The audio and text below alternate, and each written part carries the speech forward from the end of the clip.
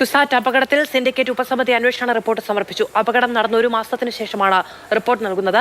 ഇന്ന് നടക്കുന്ന സിൻഡിക്കേറ്റ് യോഗത്തിൽ റിപ്പോർട്ട് ചർച്ചയാകും. റിയ ബേബി വിവരങ്ങളുമായി ചേരുകയാണ്. റിയ, അപകടം എങ്ങനെയുണ്ടായി, അതിൽ സംഘാടക പിഴവുണ്ടായോ തുടങ്ങിയ വിവരങ്ങൾ അറിയേണ്ടതുണ്ട്. അന്ന് വലിയ തോതിലുള്ള പ്രതിഷേധവും വിമർശനവും ഒക്കെ ഉണ്ടായിരുന്നു.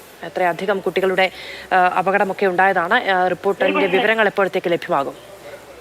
മാവി, ഈ റിപ്പോർട്ടിൽ എന്താണ് എന്നുള്ളത് പുറത്തു വന്നിട്ടില്ല. പക്ഷേ വലിയ വിമർശനങ്ങൾ നേരിട്ടതിന് ശേഷം, അതായത് ഈ അപകടമുണ്ടായി ഡിസംബർ 1 റിപ്പോർട്ട് നൽകണമെന്നായിരുന്നു ആദ്യഘട്ടത്തിൽ ആവശ്യപ്പെട്ടത്. പക്ഷേ നീണ്ടുപോയി. ഒരു മാസത്തിനിപ്പുറമാണ് കുസാറ്റിലെ നാടിനെ നടുക്കിയ അപകടത്തിന്റെ റിപ്പോർട്ട് ഉപസമിതി സിൻഡിക്കേറ്റിന് മുമ്പാകെ, VC-ക്ക് മുമ്പാകെ നൽകിയിരിക്കുന്നത്. ഇന്നത്തെ കുസാറ്റിൽ ചേർന്ന സിൻഡിക്കേറ്റ് യോഗത്തിൽ റിപ്പോർട്ട് ചർച്ചയാവുകയും ചെയ്തിട്ടുണ്ട്. പക്ഷേ എന്താണ് ഈ റിപ്പോർട്ടിൽ പരാമർശിക്കുന്നത് എന്ന് സംബന്ധിച്ച വിശദാംശങ്ങൾ അല്പസമയത്തിന് ശേഷമേ നമുക്ക് ലഭ്യമാവുകയുള്ളൂ.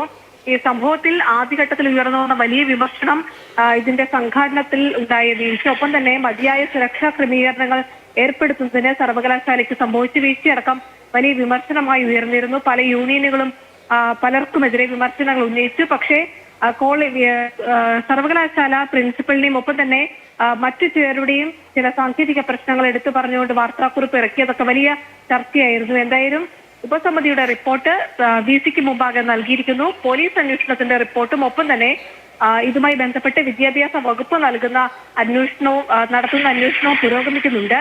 ഈ റിപ്പോർട്ടിൽ ആരുടേതാണ് വീഴ്ച എന്ന് ചൂണ്ടിക്കാണിക്കുന്നുണ്ടോ, ഏതെങ്കിലും തരത്തിലുള്ള പരാമർശങ്ങളുണ്ടോ?